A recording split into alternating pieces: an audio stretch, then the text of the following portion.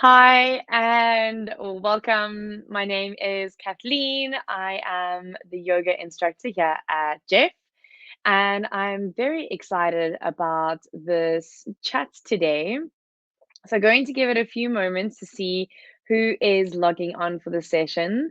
As you can see, it's 5 yoga practices for stress and anxiety, and a topic that hits very close to home. So just giving it a few more moments before I get chatting. Let's see who's here. Please say hi, everyone. Let me know that you're here.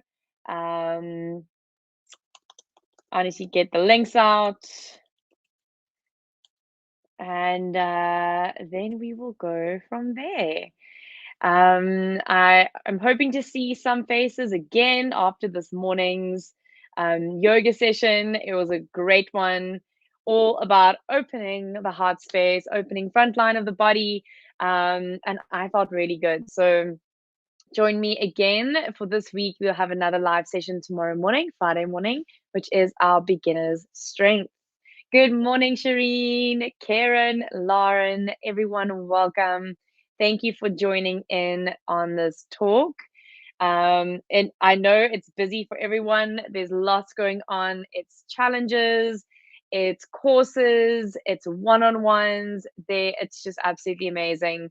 I feel like the energy has like lifted in the last couple of days. Like seriously, it's quite cool to feel that I've felt the shift in the community of everyone just like it's almost like well, those of us on this side of the world had a glimpse of summer and it like gave a little kickstart to our engines. Oh, Coach Dom, hi gorgeous. Melanie at work trying to listen in between. Oh, Milani, you're one of the people who pronounced my name the right the first time. It was Milani then. Yay, I hope so. um, Enjoy your sneaky little listen at work. I love that. I think you are entitled to 30 minutes break at this time of the day to listen to a chat. Lauren, hello, welcome from the UK. Renata, hello. Leslie, been so neglectful of my yoga, need to get back into it. Leslie, yoga will always be here waiting for you. Um, and I've said this many times, the when we start a new habit, when we start to change neural pathways in the brain, so maybe it's something like doing your yoga, that's something you've never done, that takes time to integrate. So what happens is we'll pick it up and then maybe we kind of put it down for a while, and maybe the gap between doing one yoga class and the next one is a year. And eventually it'll shorten until eventually it is just something that does not get neglected anymore. So keep getting on your mat. Lovely to have you here at the chat, Leslie. Michelle, hello. Oh, Seema, there are all these great names coming up here. Amazing.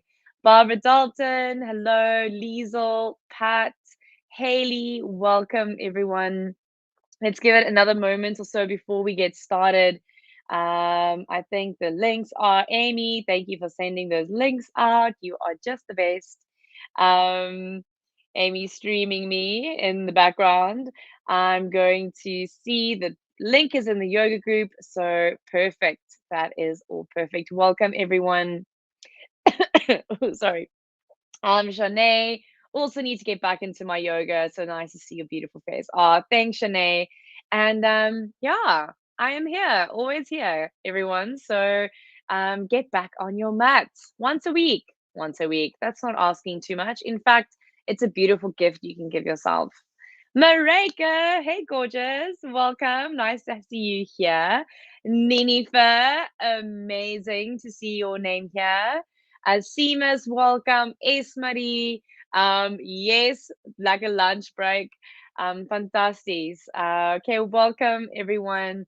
I see here Ninifa has said it's been a dreadful time. However, I'm glad I'm well now. And that's just a great segue, I think.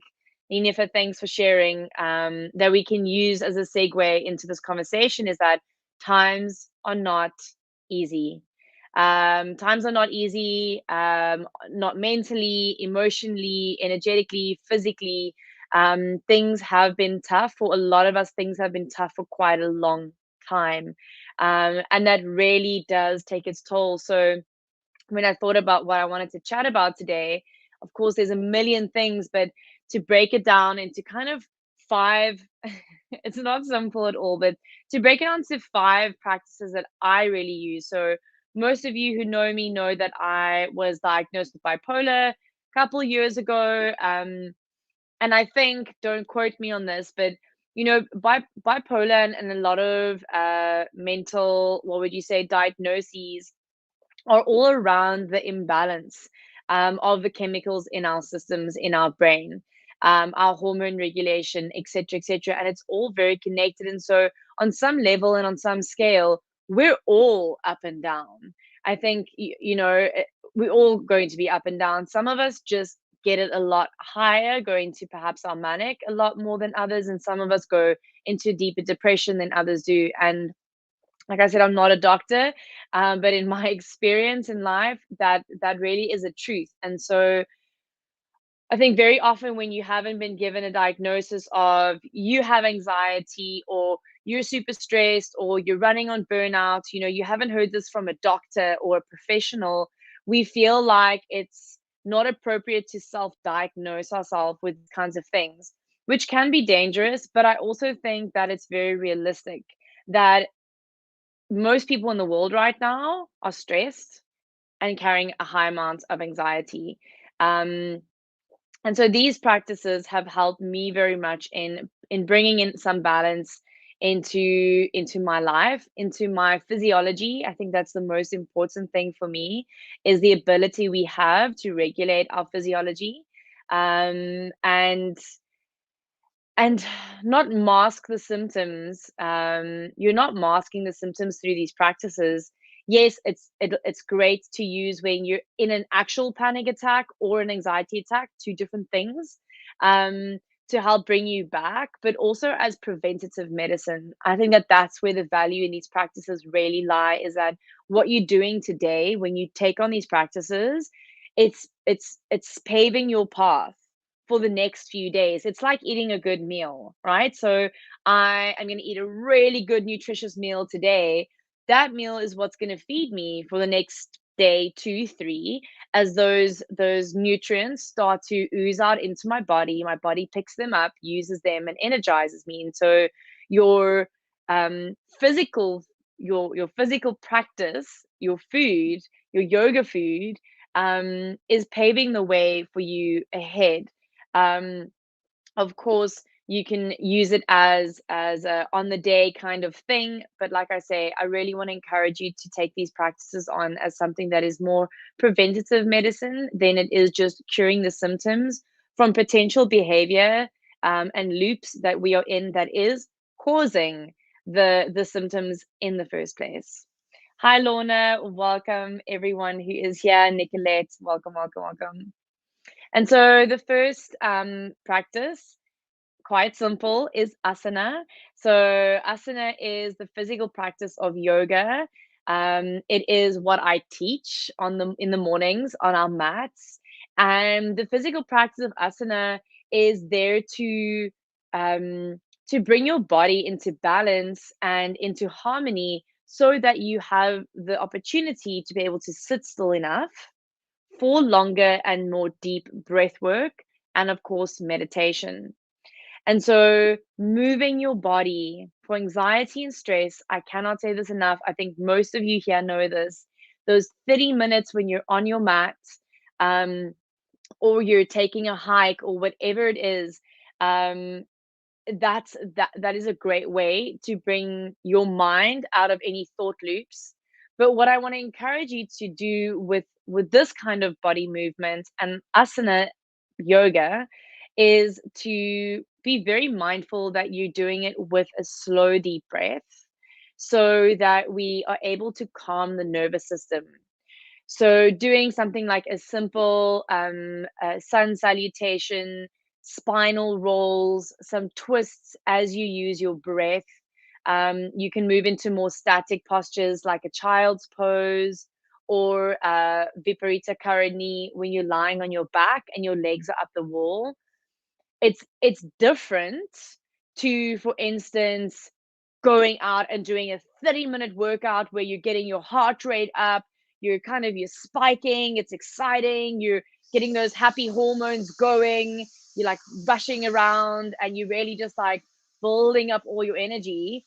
Yes, most likely you're going to come out of that and be like, oh, okay, tapped out, let some stress go, release some anxiety.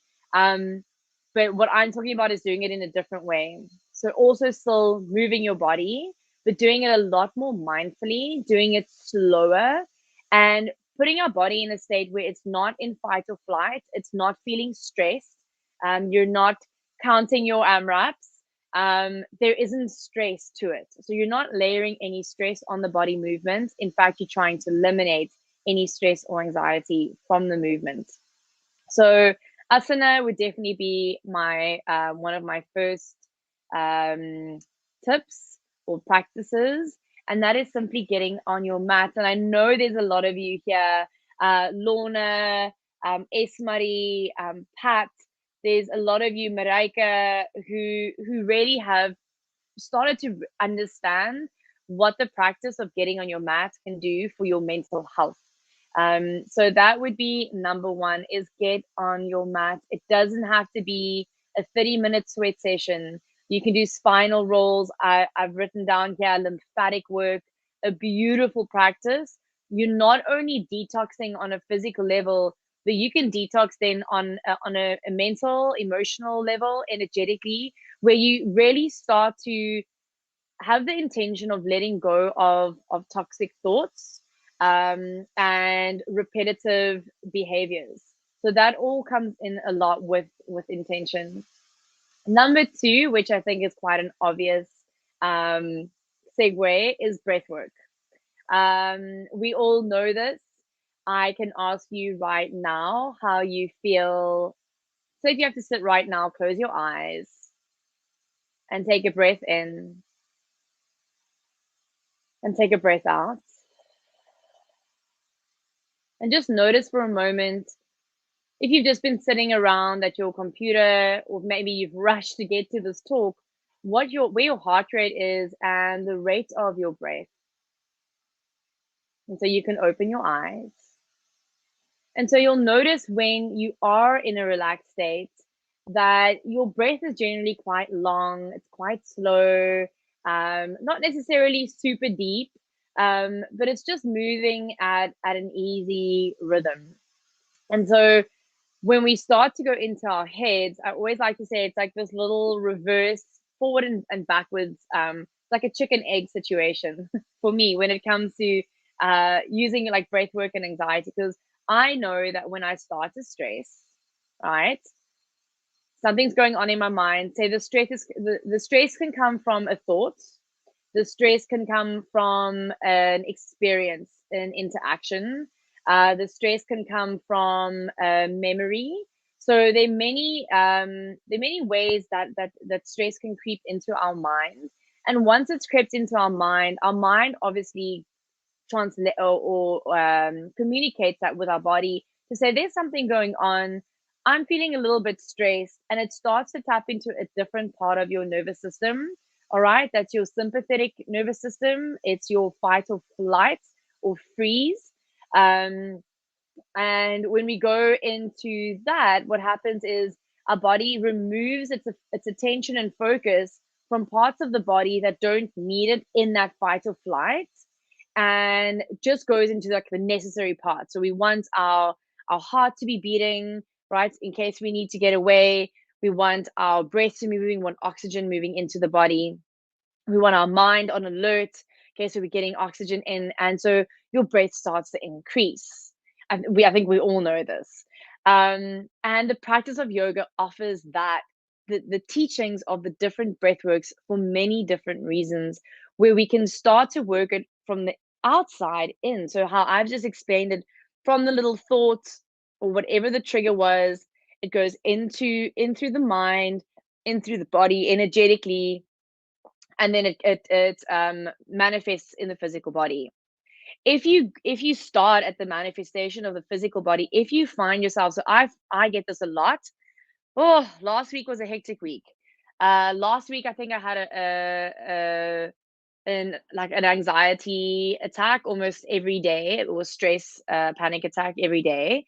I get it quite irregularly sometimes. Sometimes I know exactly. I'm like, okay, this and this and this and this is the reason I just freaked out. I understand that. But sometimes it happens first on a physiological level. And so what I mean by that, and speaking out of my own experience, is that I will wake up from a nap or from being asleep, and I will wake up because my chest has started closing. I'm having heart palpitations. Um, my blood, I can feel my blood pressure's up, and I can feel that my breathing has just increased so much. Um, and then if you think about where that little trigger was and that's taken you to this physical reaction, now you need to start here. So how do we start to unravel that experience? How do we start to unravel where you find yourself in that moment of, oh my word, I don't know what's going on. Nothing happened. I didn't just experience a trauma. No one said something to me. Like I feel my life's pretty good. Why am I still stressed? Why am I still anxious?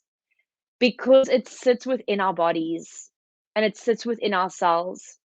It is scientifically proven that we store trauma in our body. And trauma, I've said this before, isn't it? I'm not a trauma teacher. You guys can go do so much research on this. It's a whole different world. But trauma sits within our body, and when it's released, it gets released through different ways, through practice, physical practice, through breath work, through experiences. But that can get released into your body. And then you start to have these physical experiences that are kind of unexplained, but it's just because there are things releasing in your body. So then, of course, tool number two is breath work, right? So then I find myself breathing. Slow, deep breaths is where it's at for anxiety and stress. Um, Yet, and if you find yourself in a situation where you are really feeling uh, quite shaken, maybe a little disorientated, it's gonna take you a while. So don't expect three deep breaths to be the calming medicine. All right, it takes practice, and the thing about these breathwork practices is the more we do them, the more our mind and our body start to make the connection that, ooh, when I start doing this, my body already knows now that there's a little thread, a little neural pathway that leads it to feel this way. Okay, so I start going,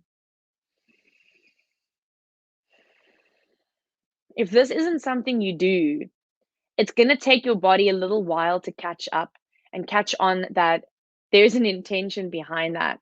But if I'm doing my breath work every single day, and I go into that state of being just by taking that breath, like I actually, just by taking that breath and thinking about this, I actually got goose flesh all over my body now. That's how connected we are. And so just by taking that breath, your body will instinctually and already know that, okay, this is the little hint that we want to calm down. So there are many different types of breath works. There's breath work that's energizing, there's breath work that's calming. Um, but we all know that breath works. All right. Haha. See what I did there? Excuse my cheesy pun. um, but seriously, the different breathing techniques works for stress reduction, insomnia, emotion regulation, improved attention, and obviously plays that massive role on our nervous systems and kind of which way we're going. Can we move more into our rest and digest states, our deeper state of healing, where we actually want to be, and where we end up living in a lot less than we actually should. And just to chat also a little bit about, saying sometimes you feel like I'm fine, like there's nothing big going on in my life yet, and I'm still anxious, I'm still stressed. It's much deeper than that. Plus, you need to take into consideration your external environment, and not only home environment, but the province that you're living in, the country that you're living in, globally. The level of stress and anxiety is so high right now, and as living beings, we are all connected. So I like to use the example. of if you walk into a room where something stressful has just happened and you walk into that room, you will feel the energy in that room. You will feel the emotions that other people are kind of vibrating or feeling or sending out, whatever it is you want to call it. Um, you will know that there's something going on in that room. Okay. Maybe you walk into a yoga class and you're like, oh, I don't even need to do anything in this space. I'll just sit on my mat because that feels amazing. And that's all I need is actually just this feeling around me. And so if you think about that and the truth to that statement, the everything that's going on outside in the world right now is very hectic. We are all feeling it. All right. So I think a lot of the time we blame ourselves for our anxieties and our stresses. A lot of the time we go like, what am I doing wrong? And yes, there's a lot we can do to assist ourselves, but sometimes it's not all your stuff. Sometimes it is just we are living in a stressful time. And actually, what we need to do is be a little bit more compassionate towards ourselves and others. Oh, Pat, it's been amazing having you here. All right, time flies when you are talking on a Jeff Ed, I've noticed. So those are two. I've said I'm going to give you five. Um, the third thing that I would say is so there are the eight limbs of yoga. I'm not going to go into that. It consists out of the asana, breathwork, pranayama, meditation, and then also a limb called the niyamas. And one of the niyamas is called saucha, and that translates to cleanliness. And this is internal and external cleanliness. Hi, Mo. Internal and external cleanliness. So, external cleanliness, I know, and there's at least half of you who know that you've got certain spots in your house or your life that is like, if any of you watch Friends, Monica's closets, right? So for me, my car and my handbag and the drawer next to my bed. The moment I see that those three things are just a complete mess, I know that I've got stress in my life because it starts to manifest outside of myself. All right. I'm not saying we all need to be super streamlined and color coded and labeled. That's not a lot of our personalities. But having a clean space, so the room that you're staying in, if you've got a car, your bag, things like that automatically take away a lot of clutter and can actually really leave us feeling a lot clearer and less stressed. Internal cleanliness, right? We can speak about this for days, but that would definitely be things like making sure that you're eating clean foods, making sure that your bowel movements are going, to paying attention to what's going on in the physical body, but also then the cleanliness of your thoughts. So as humans, we think, and I don't know the number behind it. There's a lot of different numbers around this. I'm not going to give you a number, but we think a insane amount of thoughts per day, like insane, insane, insane, insane. And out of those huge amount of thoughts, the amount of thoughts that are repetitive, that number is just as shocking. And out of those repetitive numbers, the amount of negative thoughts that are repetitive is even more shocking. So, cleanliness of the mind and cleanliness of your thoughts is something, not always, but that is something that you can work on and just start to notice, am I having one continuous negative, stressful thoughts? All right. If that is looping in your psyche, you need to change it. Otherwise, that is being fed to your brain, which is being fed to your body, your nervous system, your anxiety, and your stress is going to rise from that. All right. So, we've had movement, asana practice. We've had breath work, very obvious practice for stress and anxiety. And then we've had the niyama saucha from the eight limbs of yoga, which is cleanliness. Then also from the eight limbs of yoga is from the yamas. I know this might all sound a bit confusing now, but just stick with me, is ahimsa. And ahimsa means non harming. And why I really wanted to bring this up today with dealing with anxiety and stress is that, as I've been saying, it's not always just your stuff. You cannot blame yourself for all the anxiety and stress that you are holding and carrying in your body. Yes, you can do something about it maybe, but you cannot blame yourself for all of that. And so ahimsa means non-harming. And that ties in with satya as well a little bit, with the harmful thoughts that you are recycling in your mind, the harmful things you're listening to, the harmful things you are watching, the harmful relationships you're in, the harmful conversations that you're allowing yourself to be a part of. Those are all massive, massive things, massive things. That is much more of an influence on your anxiety and your stress levels than the fact that you haven't done the washing. All right? Those are much more impactful on your everyday wellness, on your longevity than forgetting to mark the kids' schoolwork or whatever it is. I'm just giving examples now. Um, what you are,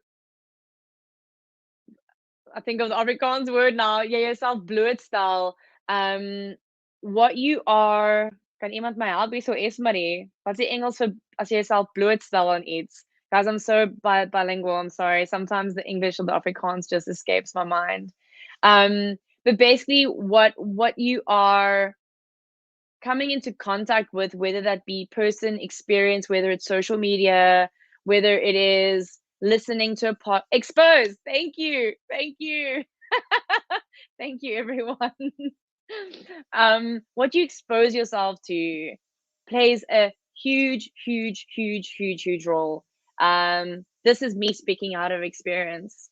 And so the last thing I want to leave you with, oh my word, I wrote so many things down. I think I need to do like a blog post for you guys with all of this because half an hour is not enough to talk about it. Um, the last thing I want to leave you with is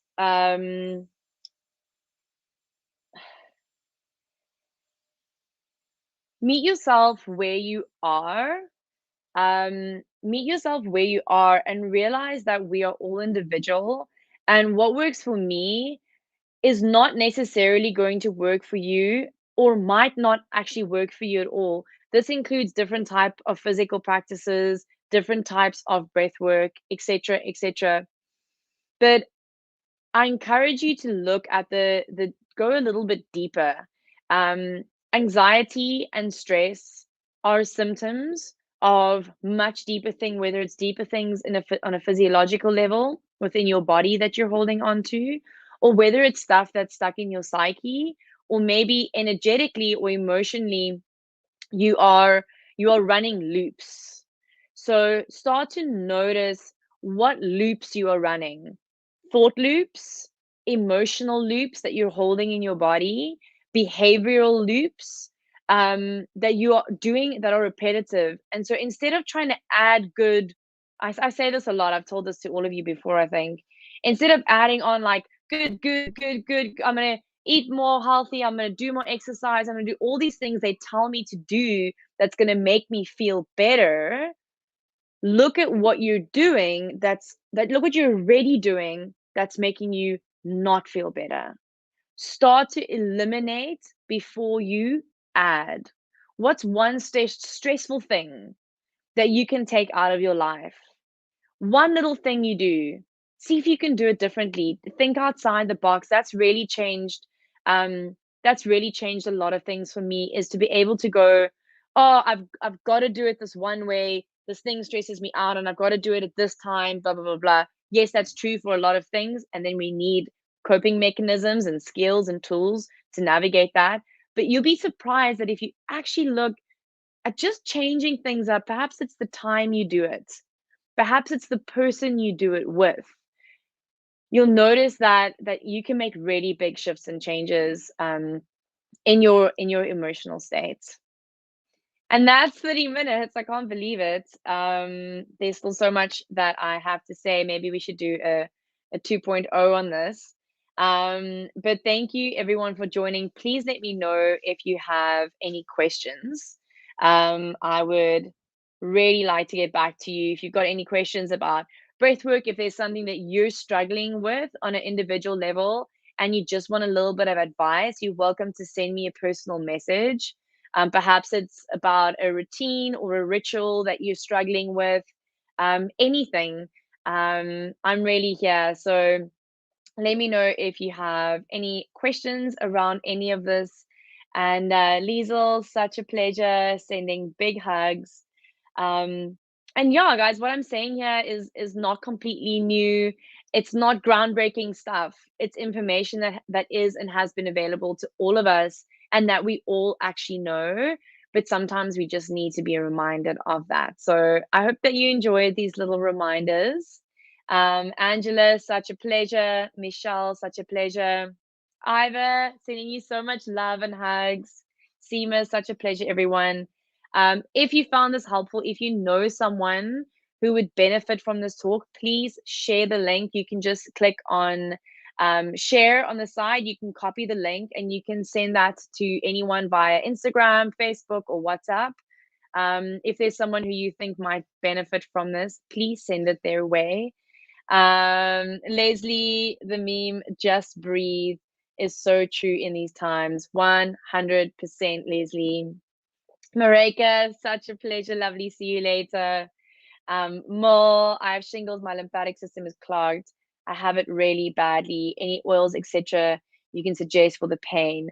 Mole, I would say that that is definitely a question for a doctor or a homeopath, someone who has a lot of expertise in that field. Our lymphatic system is extremely complex and sensitive, as I'm sure you know.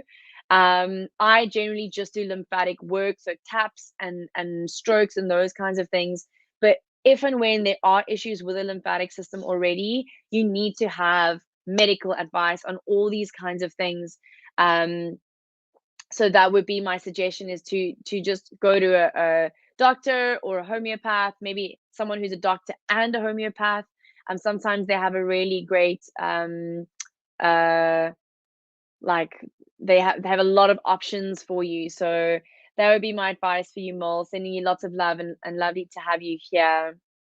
Catherine, such a pleasure. Karen, everyone. Christina, thanks for joining, everyone. Have a beautiful day further.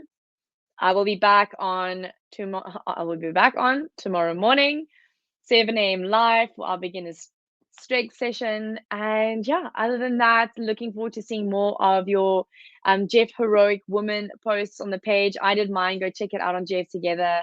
It's been really inspiring and so heartwarming. And yeah, have a beautiful day, and I will chat to you all soon. Ciao. Bye.